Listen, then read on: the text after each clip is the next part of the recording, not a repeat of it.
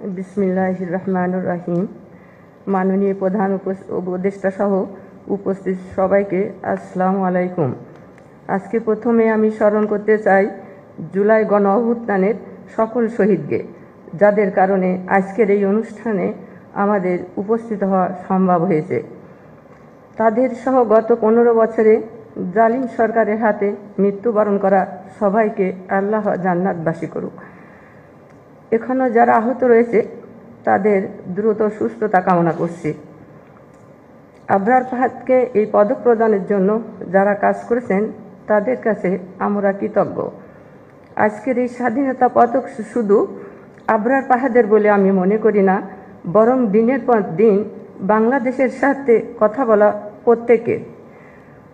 শেষে আমার একটাই চাওয়া, দেশের কথা বলায় এরকম নির্মম মৃত্যু যেন ভবিষ্যতে আর কোনো সন্তানের না হয়।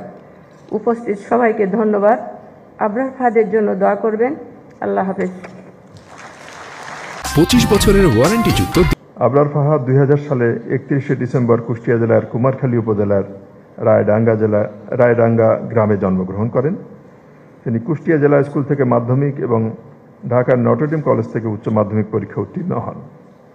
2018 সালে বাংলাদেশ প্রকৌশল বিশ্ববিদ্যালয়ে তড়িৎ ও ইলেকট্রনিক কৌশল বিভাগে তিনি ভর্তি হন।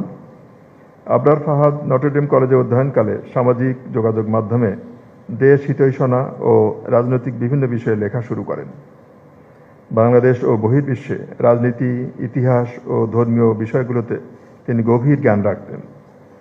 তিনি তৎকালীন বাংলাদেশ সরকারের বিভিন্ন বৈদেশিক নীতি, যেমন ফেনী নদী থেকে ভারতকে পানি দেওয়া, নিজ দেশের চাহিদা পূরণ না করে ভারতে গ্যাস রপ্তানির প্রস্তাব ইত্যাদি বিষয়ে সমালোচনা করেন।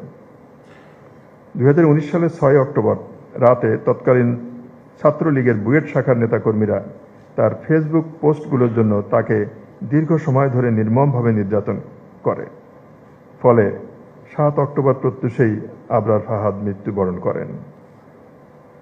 পরদিন এই হত্যাকাণ্ডের ঘটনা সামাজিক যোগাযোগ মাধ্যমে প্রচার হলে নির্যাতনের ভয়াবহতা দেশের জনগণের হৃদয় কাঁপিয়ে দেয়।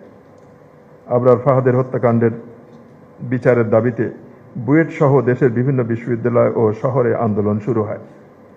এই হত্যাকাণ্ডের ঘটনায় জাতিসংঘ ও ইউরোপীয় ইউনিয়ন সহ বিভিন্ন দেশ উদ্বেগ প্রকাশ করে। আবরার ফাহাদের মৃত্যু জুলাই 2024-এর ছাত্র জনতার অভ্যুত্থানের প্রেক্ষাপট তৈরিতে গুরুত্বপূর্ণ ভূমিকা রাখে।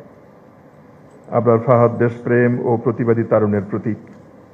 স্বৈরাচারী শাসনামলে তিনি নির্ভীক সত্য কথনের জন্য নির্মম নির্যাতনের শিকার হয়ে মৃত্যুবরণ করেন। এই ঘটনা থেকে অত্যাচারী শাসকের প্রতিশোধের কদর্য কার্যকলাপ সম্বন্ধে সাধারণ মানুষ সম্যক ধারণা লাভ করেন। তরুণ প্রজন্মের জন্য তার সাহসিকতা ও প্রতিবাদ অনুপ্রেরণার উৎস। প্রতিবাদী তারুণ্যের স্বীকৃতিস্বরূপ আবরার ফাহাদকে স্বাধীনতা পুরস্কার 2025 মরণোত্তর প্রদান করা হচ্ছে।